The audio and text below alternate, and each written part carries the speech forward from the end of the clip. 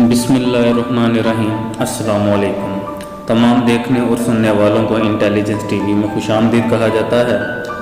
लो जी, अब इंडिया ने नया शोशा छोड़ा है, आप लोग भी सुन लें।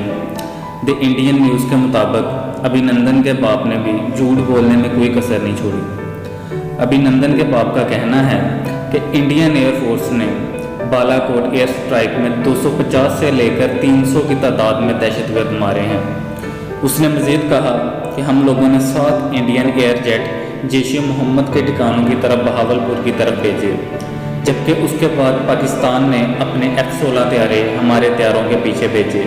उसके बाद हमने पाकिस्तान का एक F-16 तैयारा गिरा दिया। अब आप लोग खुद अंदाज़ा कर लें, साईं तो साईं, साईं का बाप भी साईं।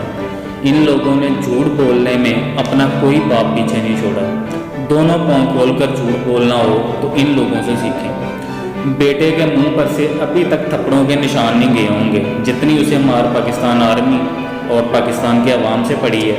मुझे पूरा यकीन है कि वो निशान अभी तक नहीं गए होंगे, जबकि बाप को झूठ बोलने से फुर्सत नहीं, और झूठ भी इतने बड़े बड़े कि जिसकी कोई इंतहा नहीं। अब तो मुझे यकीन हो गया है कि अब की बार इनके घर में कोई M21 MiG-21 तैयारा गिरेगा तो इन लोगों को यकीन आएगा।